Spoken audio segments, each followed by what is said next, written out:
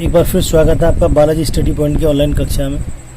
हम लोग पढ़ रहे हैं कक्षा 12 की फिजिक्स, चैप्टर नंबर 1 वैद्युत आवेश तथा क्षेत्र।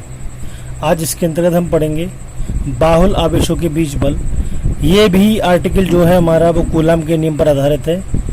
तो इसमें बाहुल आवेशों का मतलब है बहुत सारे आवेश होंगे और उनके बीच जो बल होगा वो किस तरीके से कार्य करेगा वो हम इस आर्टिकल के माध्यम से जानेंगे।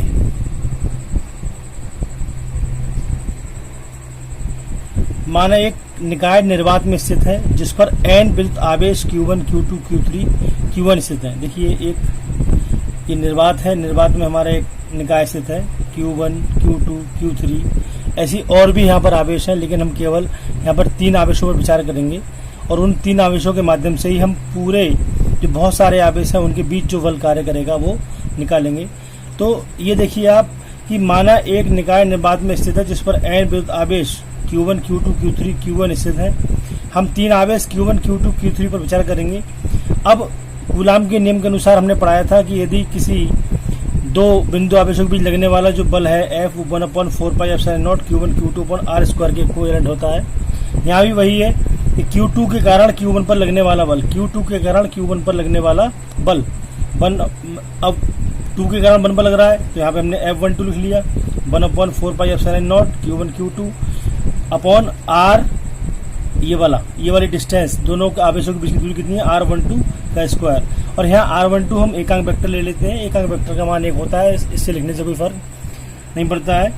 इसी प्रकार अब Q3 के कारण Q1 पर निकालेंगे तो यहाँ पर F13 लिख लेंगे 1/4πε0 Q1 Q3 और यहाँ पर R12 था तो यहाँ पर R13 हो जाएगा और यहाँ एकांक वेक्टर R13 ले लेंगे। अब आप देख रहे हैं Q2 कारण Q1 पर जो बल लगा वो F12 है और Q3 कारण Q1 पर जो बल लगा वो F13 है। तो यहाँ पर जो टोटल बल लगेगा F1 वो क्या होगा, इन दोनों के योग के बराबर होगा। तो चित्र से F12 और F13 का परिणामी बल F1 जो होगा तो कितना होगा, F12 प्लस F3 का योग होगा। और F12 का मान हमने ये लिख लिया और F13 का मान हमने ये लिख लिया। अब ये तो होगा हमारे 3 आवेश। अब n आवेश यदि हो तो n आवेश, इसी प्रकार n आवेशों के कारण Q1 पर लगने वाला बल, तो ये कितना हो जाएगा F1 = F12 F13 ऐसे ही एंड सो ऑन F1n। तो F12 का मान लगा लिया, F13 का मान लगा लिया और F1n का मान लगा लिया। जैसे यहाँ 13 था तो 13 लिया गया है, F1n है तो 1n ले लेंगे हम। अब यहाँ से 1/4πε0 1/4πε0 जो है वो कॉमन निकाल लेंगे और जो बचेगा वो अंदर हमारा लिख लेंगे। इस तरीके से ये n आवेशों पर लगने वाला बल F1 हमारा निकल के आ जाता है। ये एग्जाम के लिए काफी इंपोर्टेंट आर्टिकल है, आप इसको बहुत जल्दी से जल्दी तैयार करें। अब आगे चलते हैं। परावैद्युतांक अथवा आपेक्षिक विद्युतशीलता। परावैद्युतांक क्या होता है, कूलाम के नियम में हमने बताया था कि परावैद्युतांक होता है। अब ये परावैद्युतांक होता क्या है अब जानेंगे।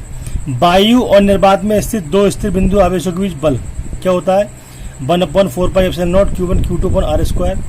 ये भी कूलाम का नियम है। यदि आपने हमारा कूलाम का नियम वाला वीडियो नहीं देखा है तो हमारे डिस्क्रिप्शन में उसका लिंक दे रखा है, वहां जाकर आप देख सकते हैं कि परावैद्युतांक वाले माध्यम में उतनी ही दूरी पर इन्हीं 2 स्थिर बिंदु आवेशों के बीच कार्य कर विद्युत बल। अभी क्या था, निर्वात था, कोई माध्यम नहीं था, तो हमारा बल आया 1/4πε0 Q1 Q2/r²। अब क्या एक माध्यम है परावैद्युतांक के, कोई माध्यम भरा हुआ है तो उस यहाँ पर जो बल निकालेंगे तो क्या हो जाएगा Fm, m मतलब मीडियन मतलब माध्यम 1/4πε0 और यहाँ पर K और आ जाएगा क्योंकि ये माध्यम आ गया Q1 Q2/r²। अब हम क्या करेंगे कि जो ε0 K होता है उसका मान होता है एप्सिलॉन। तो हमने ε0 K की जगह क्या लिख लिया, एप्सिलॉन। ये देखिए अब जो समीकरण 1 है उसे समीकरण 2 से क्या करेंगे, भाग करेंगे। तो FA ऊपर आ गया, FM नीचे, F ये इसका मान ऊपर और इसका मान नीचे। इससे ये कैंसिल हो गया, इससे ये कैंसिल हो गया, एप्सिलॉन बचा और ε0 K बचा। तो एप्सिलॉन से एप्सिलॉन भी कैंसिल हो जाएगा, क्या बचेगा 1/K बचेगा, सॉरी K भी ऊपर पहुंच जाएगा, K बचा। अब FA/FM = क्या आ गया, K आ गया।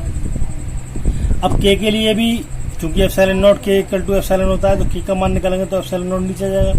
तो हम इसकी जगह क्या लिख सकते हैं, के की जगह एप्सिलॉन अपॉन एप्सिलॉन नॉट, और इसकी जो वैल्यू होती है वो होती है एप्सिलॉन आर, जहां एप्सिलॉन आर आवेशों के बीच